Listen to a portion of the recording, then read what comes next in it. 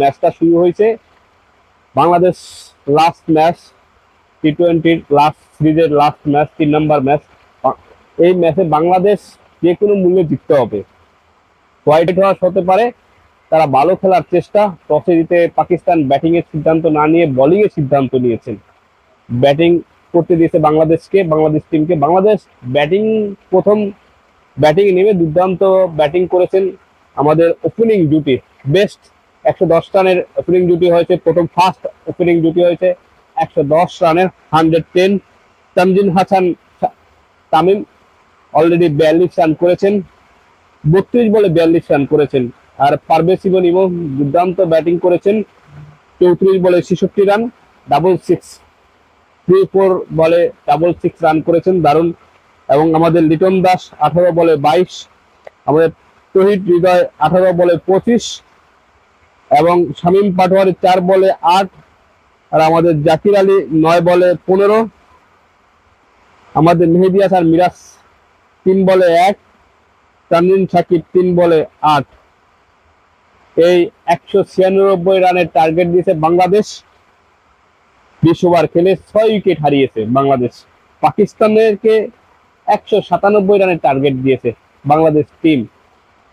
দেখা যাক আজকে যে ম্যাচটা শুরু হয়েছে, এটা হোয়াইট ওয়াশ হওয়ার সম্ভাবনা। এই জন্য বললাম, পাকিস্তানের প্রথম যেভাবে বোলিং করেছেন, এই বোলিং বাংলাদেশ ভালো খেলেছেন।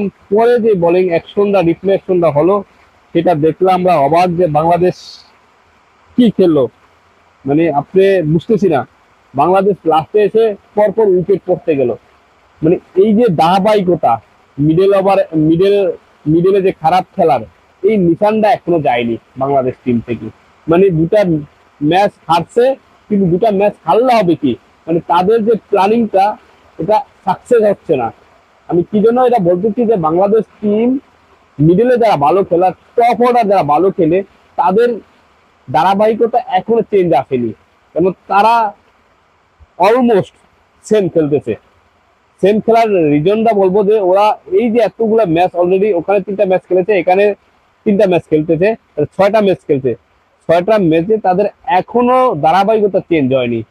কেউ ভালো খেলে একজন, দুজন খারাপ খেলে, একজন ভালো খেলে বাকি সবাই ব্যাটসম্যান খারাপ খেলে।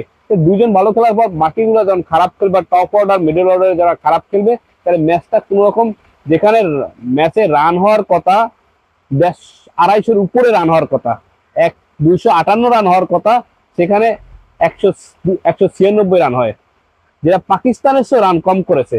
পাকিস্তান দুইটা ম্যাচে, একটা ম্যাচে 207, একটা ম্যাচে 201। তাহলে এই যে রানগুলা করলো, আর বাংলাদেশ 196 রানে অল আউট হয়ে যাচ্ছে 20 ওভার। এতগুলো উইকেট থাকার পরও তাদের কনফিডেন্স লেভেলটা কি দেখেন বাংলাদেশ টিমের। এতগুলো উইকেট থাকার পরও তারা রিল্যাক্স মুডে ব্যাট করতে পারে না। তাদের রিল্যাক্স মুডটা এখনো আসেনি। আমি তৈরি দেন কিভাবে ব্যাট করতেছে, মানে মারাত্মক ব্যাট করে তারা অস্থির হয়ে যাচ্ছে। আমি প্রতিটা খেলাই দেখি, দেখে বললাম যে আজকের যে প্রথম তামিম প্রথম মোটামুটি ভালো খেলছিল, যেখানে সেঞ্চুরি 50 হয়ে যায়, সেখানে 42 রান আউট হয়ে যায়। কিভাবে আপনি হিসাব করছেন?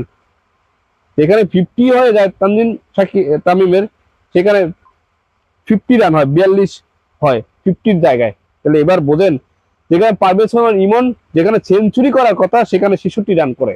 তার কারণটা হলে তারা ধৈর্যশীল বা অস্থির, বা সেই মনোবলটা নয়, অস্থির ভাবটা কাটেনি তাদের বা যে খেলার যে ধারাবাহিকতা, এটা এখন তারা পারফেক্টলি করতে পারতেছে না। তাদের ব্যাটে রান আসতেছে ঠিকই, পারভেজ ইমন রান করেছে ঠিকই, তার খেলার ধরনটা দেখে আমি প্রথম কি সুন্দর খেলতে, পরে মানে রান আরো বেশি করতে হবে। মানে এতটা দীর্ঘশীল ভাবে খেলতেছে যে এখানে টার্গেট দিচ্ছে 300 রান, 300 রান তারা করতে আমি নামছি। 300 রান তারা করতে নামতে হলে আপনার 200 স্ট্রাইকে ব্যাট করতে হবে, এটা নিশ্চিত। কিন্তু আপনার রান আমার 100 করতে হবে, কিন্তু 100 যে হবে না এইভাবে খেললে, এটা ওরা বিশ্বাস করতে পারতেছে না। ওনাদের ধারাবাহিকতা চেঞ্জ করতে হবে। যেভাবে খেলতে তারা, তাদের এইভাবে খেললে রান তো দূরের কথা, আউট হবে একের পর এক। খেলার সিস্টেম চেঞ্জ করতে হবে তাদের। যেভাবে খেলতেছে এই ধারাবাহিকতা খেলে ম্যাচ জিতা কোনো হবে না, ম্যাচ হারবেই। নাহলে 196 রান এখানে হয় না, এখানে 200-র উপরে রান হওয়ার কথা, সেখানে 196 রান করছে। তো দুর্ভাগ্য করা। এইভাবে যদি এই ম্যাচটা যদি প্রথম দুটা ম্যাচ হইতো, তাহলে খারাপ লাগতো না। 2-5 রানে হারলে খারাপ লাগে না। এই ম্যাচটা যা খেলছে এটা খেলা দরকার ছিল, ওই দুইটা ম্যাচ, কিন্তু ওখানে করছে 164, 144, মানে সাইডের গড় সংখ্যাগুলো সরাইতে পারতেছে না, এখানে 96, 2 বাড়ছে। তো আজকের মতো বিদায় নিচ্ছি এখানে। আসসালামু আলাইকুম, আল্লাহ হাফেজ, সবাই ভালো থাকবেন, সুস্থ থাকবেন। আজকের মতো এখানেই বিদায়। আসসালামু আলাইকুম।